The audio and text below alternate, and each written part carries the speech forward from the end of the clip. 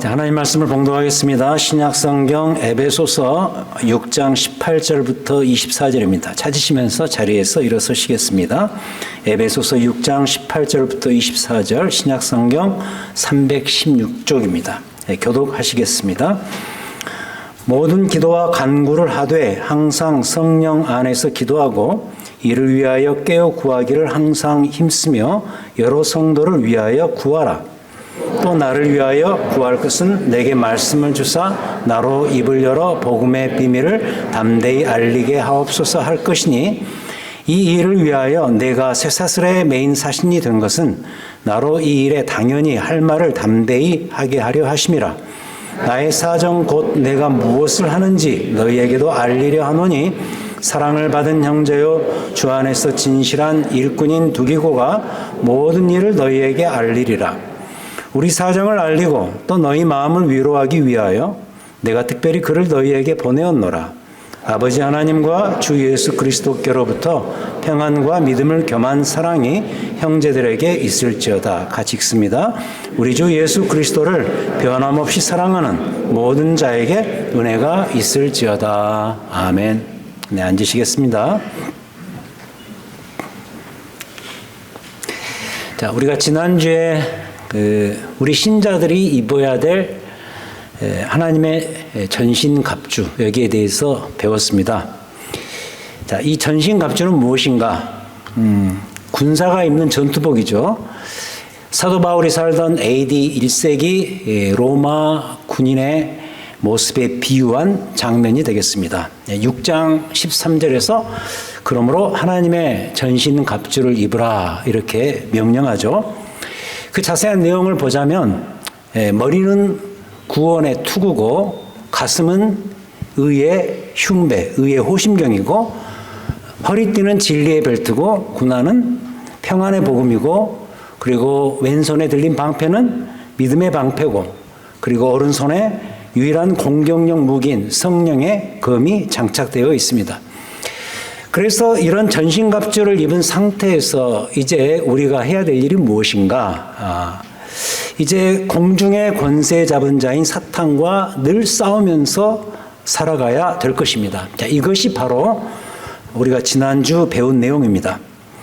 자, 그렇다면 오늘 본문은 뭐냐? 특히 오늘 본문 18절부터 20절에서는 이 전신갑주를 입은 채로 실제로 싸우기 위해서 전쟁터로 나아가는 장면이 되겠습니다. 여기서는 특별히 이제 기도가 강조되죠. 18절에 보시면은 모든 기도와 간구를 하되 항상 성령 안에서 기도하고 이렇게 출발합니다. 그러니까 이 기도 생활이 사실은 영적인 전쟁터인 셈인 것이죠. 그래서인지 사도 바울이 이 에베소 교회 교인들에게 기도해 줄 것을 부탁하면서 그 전쟁터의 영역을 더 구체적으로 설명하기 시작해요. 자, 이런 문제들입니다. 언제, 어떻게, 그리고 무엇을 위해서, 누구를 위해서 기도할 것인가? 이 기도의 어떤 상황에 대해서, 기도를 어떻게 할 것인가에 대한 문제, 언제, 어떻게, 어디에서 이 기도를 통해서 영적 전쟁을 해낼 것인가, 이 문제를 다룹니다. 그래서 사도 바울이 이제 영적 전쟁의 장소인 기도 생활과 관련해서 다음 두 가지를 제시하거든요. 첫째는 기도의 방법이고 두 번째는 기도의 목표입니다. 기도의 방법은 뭐냐? 이렇게 기도해달라. 나를 위해서, 우리를 위해서 기도할 때 이렇게 기도해달라. 방법을 이야기하고 목표. 그렇다면 기도할 때 이것을 위해서 기도해달라. 이 두 가지를 놓고 기도 부탁을 하죠. 자, 첫째로 이렇게 기도해달라. 기도의 방법입니다. 자, 언제 이 문제는 어떤 것인가? 언제 기도해 줄 것인가? 항상입니다. At all times. 항상 기도해달라. 18절 항상 성령 안에서 기도하고 이를 위하여 깨어 구하기를 힘쓰며. 자, 이와 같이 기도는 무엇인가? 영적 전신 갑주를 입은 성도가 늘 항상 지녀야 될 삶의 모습이다. 군사로 치자면 훈련이나 싸움 같은 것이 기도이니 그러므로 우리는 영적 군사로서 항상 기도해야 한다라는 사실이죠. 자, 그 다음 어떻게는 무엇인가? 깨어 있음입니다. Keeping alert.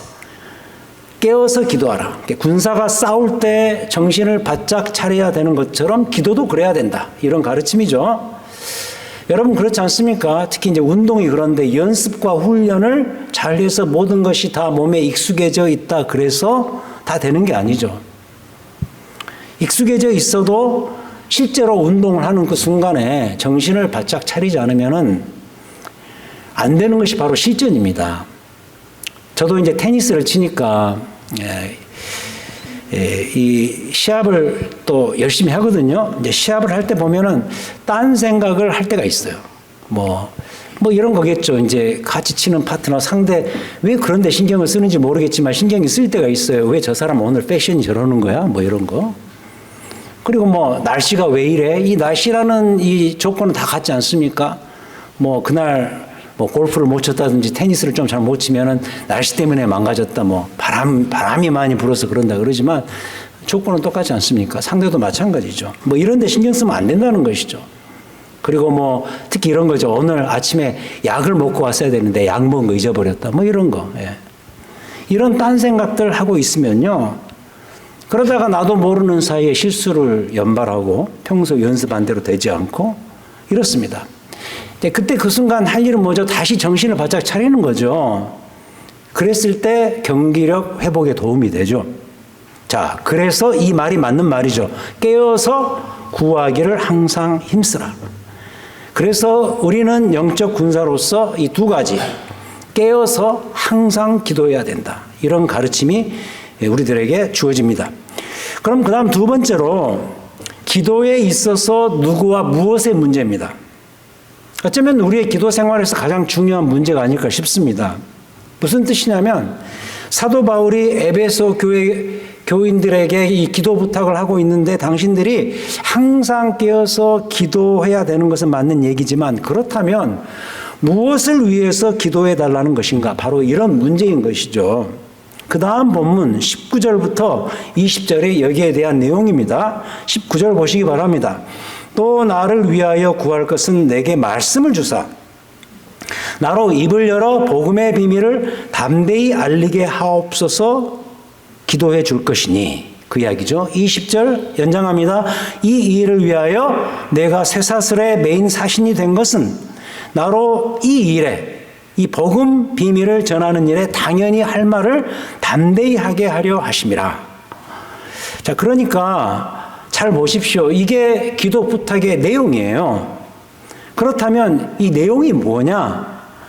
여기에 나오는 것처럼 사도 바울은 지금 에베소 교회 교인들에게 기도 부탁을 하는데 자신의 선교 사역을 위해서 이 선교 사역을 위해서 항상 그리고 깨어서 기도해 달라고 부탁을 하고 있는 중인 것이죠.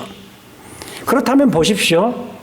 여기에서 그의 최고의 관심사가 뭔가를 알 수 있는데 그의 최고의 관심사는 역시 복음 전파고 선교입니다. 근데 이게 우리에게 좀 중요한 이유는 뭐냐면 솔직히 그렇습니다. 현재 바울이 감당하고 있는 선교 사역은 일반적이지가 않습니다. 예를 들어서 지금 우리가 선교사님들이 나가서 하는 선교 사역과 많이 다릅니다. 특별히 지금 이분은 옥에 갇혀 있는 특수 상황입니다.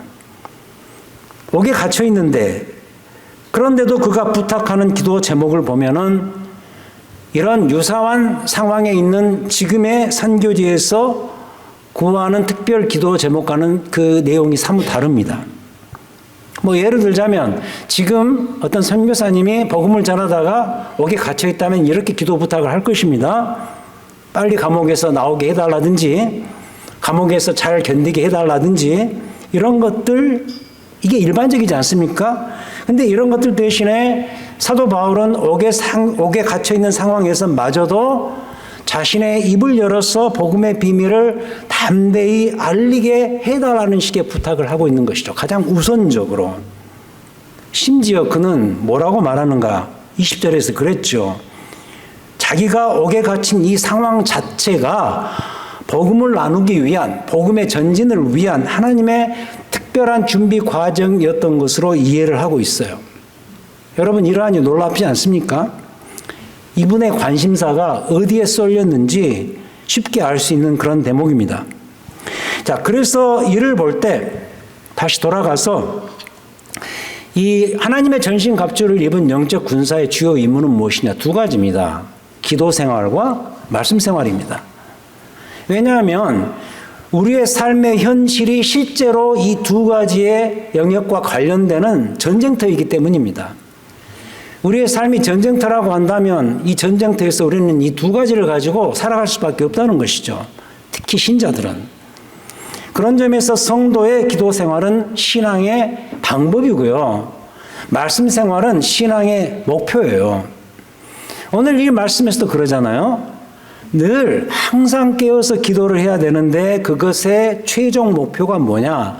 주의 말씀이 온 세상에 심지어는 감옥 안에서까지 잘 나눠지는 일이기 때문인 것이죠. 지금은 돌아가셨어요. 한국의 그 유명한 신학자입니다. 김홍전 박사님이라는 분이 계십니다. 약간은 좀 근본주의적인 특성이 강해서 거부감이 드는 면이 있습니다. 특히 이제 그분의 교회론이 굉장히 근본주의적인 특성이 있는데 그럼에도 불구하고 이분의 특심한 말씀 사랑과 교회 사랑은 물론이고 특히 그분의 이 성경 강의 실력만큼은 정말로 인정을 해야 된다고 봅니다.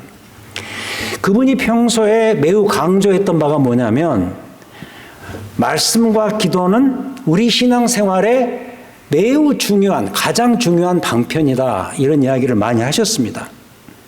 그러니까 이 기도와 말씀이 우리가 신앙생활을 잘 하는 데 있어서 대표적인 주요 도구라는 이 사실이죠. 그래서 우리 각자도 신앙생활을 잘 하려면 당연히 기도 생활과 말씀 생활을 잘 해내야 돼요. 이것 없이는 안 돼요. 이건 여러분들의 경험에서도 똑같이 깨달아지는 사실입니다. 예를 들자면 메마른 기도 생활.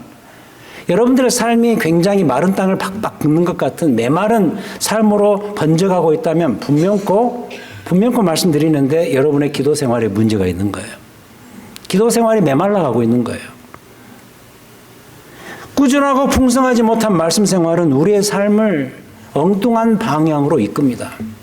왜냐하면 말씀은 표준이기 때문에 이 표준이 제대로 정착되지 못하면 방향이 엉뚱한 데로 갑니다. 그러면서 그게 어디로 가는지도 모르고 그냥 가는 것이죠. 이건 아닌 것이죠. 이유가 뭐냐? 말씀 생활에 소홀하기 때문입니다. 그래서도 사도 바울이 에베소서의 마지막을 마감하면서 오늘은 엔딩 파트예요. 에베소 교회 교인들에게 이런 식으로 기도 부탁을 하고 있는 이유가 어디에 있는가? 아까 여기서 기도 제목을 부탁하고 있는 것처럼 자신의 어떤 효과적인 복음 전파와 선교 사역을 위한 것이 때문일 수도 있겠지만은 알고 보면 결국에는 에베소 교회 성도들의 신앙생활의 유익을 위한 것이라고도 볼 수 있다는 것이죠. 그래서 이 지점에서 중간 결론은 이것입니다. 여러분, 예수 믿고 신앙생활 하고 싶죠? 잘하고 싶죠? 그리스도인이 되어서 신앙생활을 정말 잘하고 싶습니다. 좋은 그리스도인이 되고 싶어 하실 거예요. 그렇다면 두 가지입니다. 기도 생활에 열심을 내시고요. 그리고 꾸준한 말씀 생활을 하셔야 돼요. 그래야 신앙생활을 잘 하실 수가 있습니다.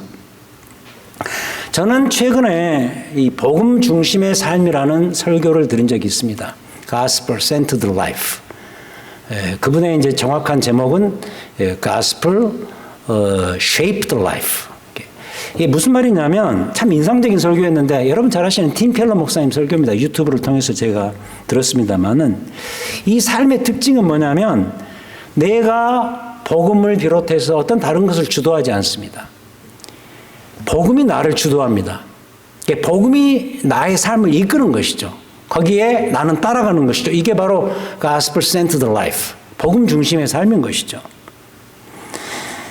그런데 이런 설교를 듣고 있다 보면 우리 그리스도인들이 얼마나 많은 측면에서 우리의 신앙생활을 오해하고 있는지를 깨닫게 됩니다. 이런 질문들을 해보았어요. 이 설교를 들으면서 제가 이런 질문들을 해보았어요. 복음이라는 것이 나의 인생에서 우연히 마주친 어떤 하나의 개념인가? 확고한 어떤 개념에 불과한 것인가? 어떤 컨셉인가?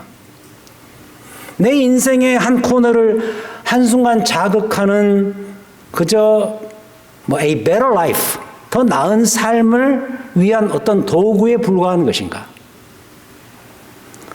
또 복음이라는 게 이런 이 예배의 자리에서 한때 가로 열고 특히 주일 설교 30분 시간 한도 내에서만 거론될 수 있는, 그러고는 교회당 나서면 잊어버려도 되는 이런 식의 어떤 집단적인 순간의 신념 체계인가?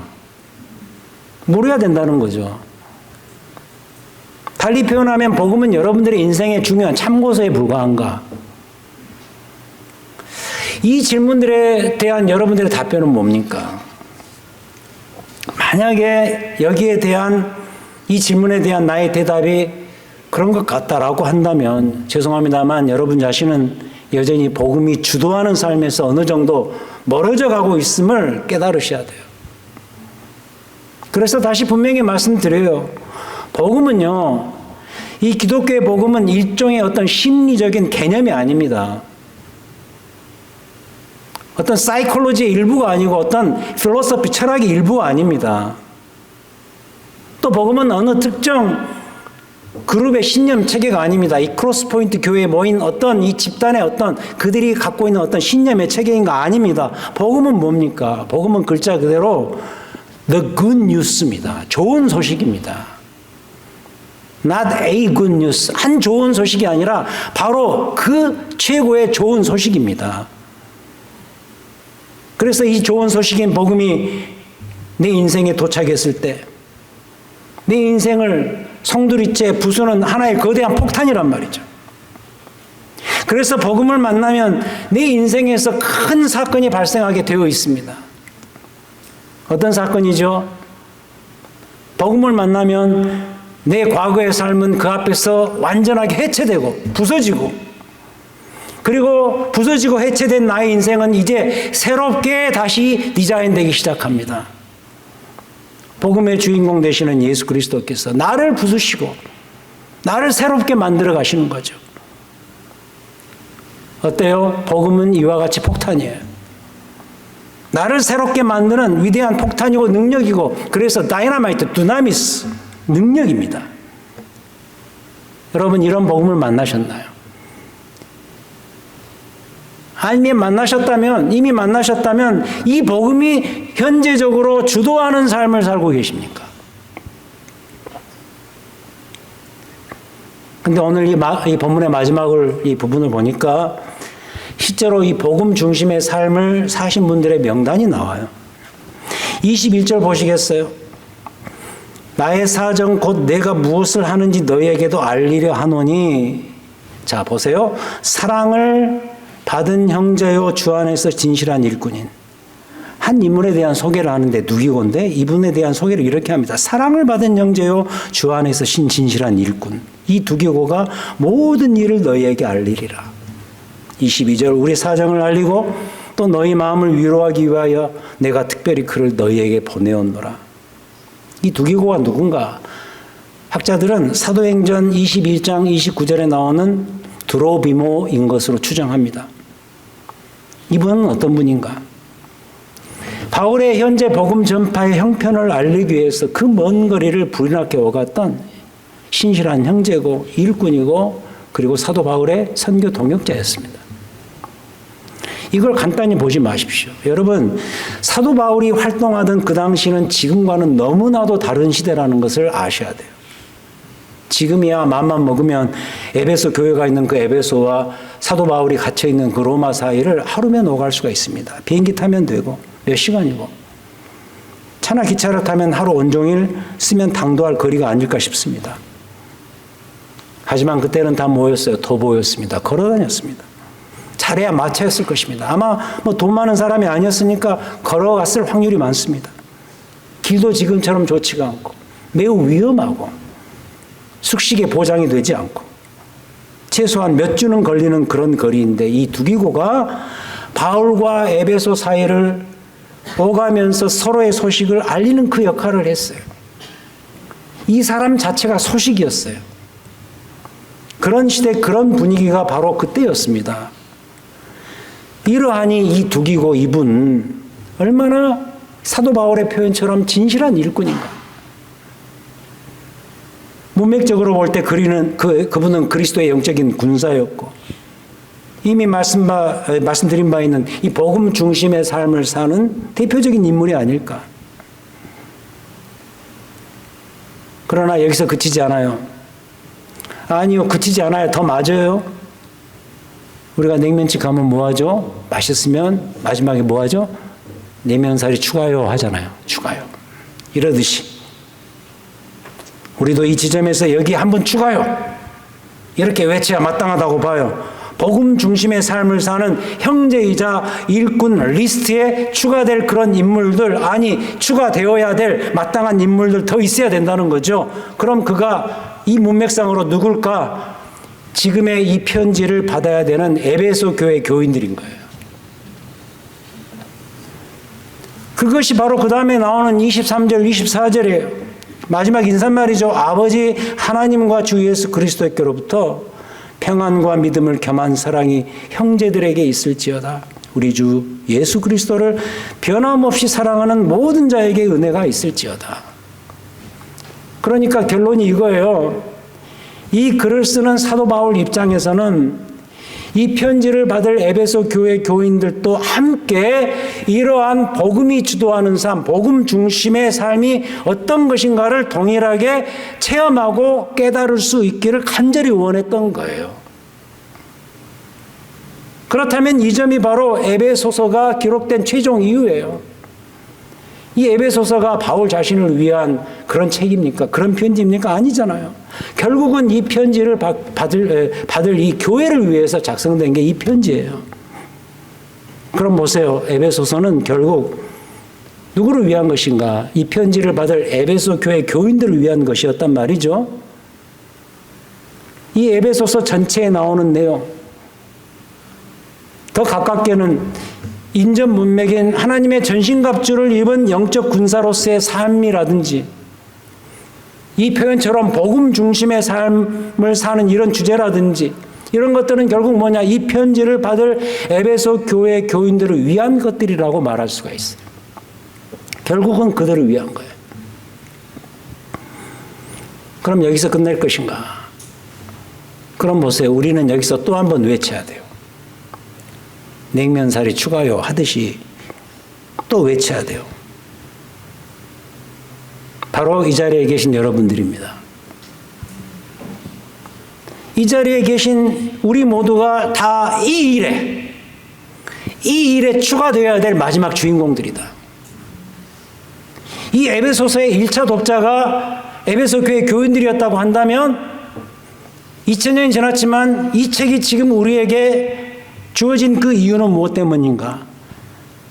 이 에베소서에 나오는 이러한 복음 중심의 삶을 사는 주인공들이 바로 여러분들이 되어야 하기 때문에 이 책이 읽혀지고 이 책이 소개되고 있는 거예요. 우리가 다 주의 신실한 형제요 일꾼들이 되어야 할 것이고 예수 그리스도의 영적 군사들이 되어야 할 것이고 그로 인해 우리 모두가 이 복음 중심의 삶을 살아야 할 것이다. 이게 뭐죠? 이것이 바로 에베소서가 지금도 여러분들의 눈으로 읽혀지고 여러분들의 귀에 들려져야 되는 이유예요. 여기까지 오시느라고 많이 수고하셨어요. 교회가 어려움에 빠지면서 도대체 이 상황에서 어떤 성경을 설교하는 것이 우리에게 도움이 될까 해서 출발했던 이 에베소서 강해를 드디어 마쳐요. 다음 주부터는 구속사 시리즈 설교를 할 예정입니다. 아마도 저의 마지막 시리즈 설교가 될 것 같습니다. 창세기부터 요한계시록까지 한 1년 동안 진행할 예정인데 하나님의 구원 역사가 얼마나 멋지고 아름답고 드라마틱하게 펼쳐지는지 성경 전체가 왜 이 이야기를 하는지 제가 가지고 있는 모든 신학과 모든 신앙을 다 담아서 주요 구절들과 사건들을 픽업해서 진행할 예정입니다. 구속사 시리즈. 에베소서 강의를 마감하면서 저는 이 부분이 참 좋습니다. 마지막 구절. 우리 주 예수 그리스도를 변함없이 사랑하는 모든 자에게 은혜가 있을지어다. 이 변함없이 여기에 제 마음이 꽂혔어요. 변함없이. 예수 그리스도를 변함없이 사랑하는, 이게 도대체 뭘까? 변함없이가 뭘까? 이 영어 성경을 찾아봤어요. With an undying love. 죽지 않는 사랑. NIV. ESV는 더 강한 표현을 씁니다. With love incorruptible.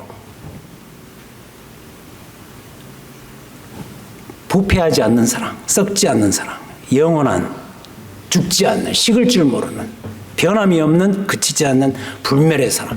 아가서의 표현을 빌리자면 여호와의 불같은 사랑이죠. 어때요?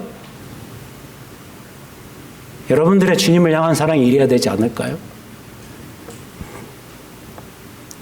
저는 이게 바로 에베소서가 우리에게 주어진 최고의 목표라고 봐요. 사도 바울도 2000년 후에 지금의 여러분들을 염두에 두고 이 말을 썼다는 것을 아셔야 돼요. 내 목숨 다하도록. 우리가 부를 찬송입니다만 내 구주 예수를 더욱 사랑. 숨질 때 하는 말 이것일세. 주 예수를 더욱 사랑. 변함없이 여호와의 불같은 마음으로, 불멸의 마음으로 우리 주님을 사랑하는 것. 이게 뭐죠? 여러분들의 남아있는 생애 최고의 목표여야 되고, 그런 분들이 모인 교회가 돼야 돼요. 이 교회가 존재하는 동안 우리 주님 최선을 다해서 불같은 사랑으로 사랑하셔야 돼요. 기도하시겠습니다.